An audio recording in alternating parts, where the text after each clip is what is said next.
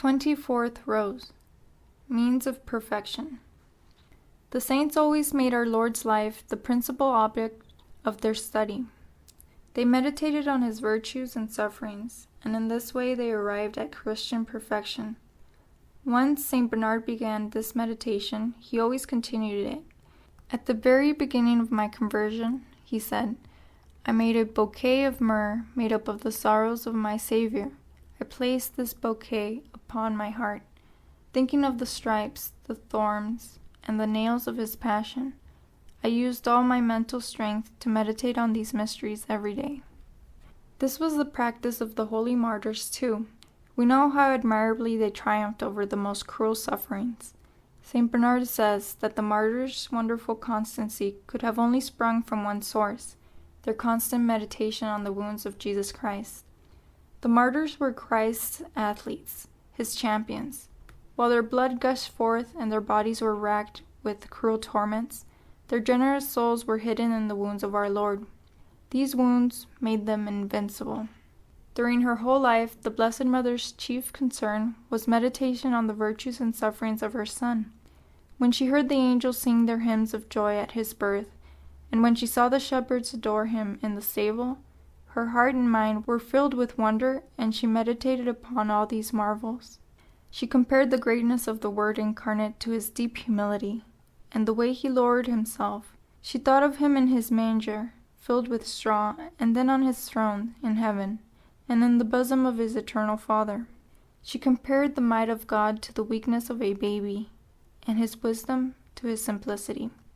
One day Our Lady said to St. Bridget, Whenever I meditated on the beauty, modesty, and wisdom of my Son, my heart was filled with joy, and whenever I thought of his hands and feet, which would be pierced with cruel nails, I wept bitterly, and my heart was rent with sorrow and pain.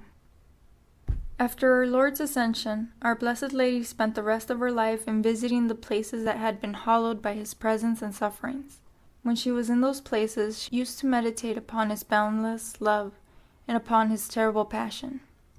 St. Mary Magdalene did nothing other than religious exercises of this kind during the last 30 years of her life, when she lived in the prayerful seclusion of St. Baume. St. Jerome says that the devotion to the holy places was widespread among the faithful in the early centuries of the Church. They came to the Holy Land from all corners of Christendom, so as to impress a great love and remembrance of their Savior more deeply upon their hearts, by seeing the places and things he had made holy by his birth, by his work, by his sufferings, and by his death. All Christians have but one faith, and adore one and the same God, all hoping for the same happiness in heaven. They have one mediator, who is Jesus Christ, and therefore they must all imitate their divine model.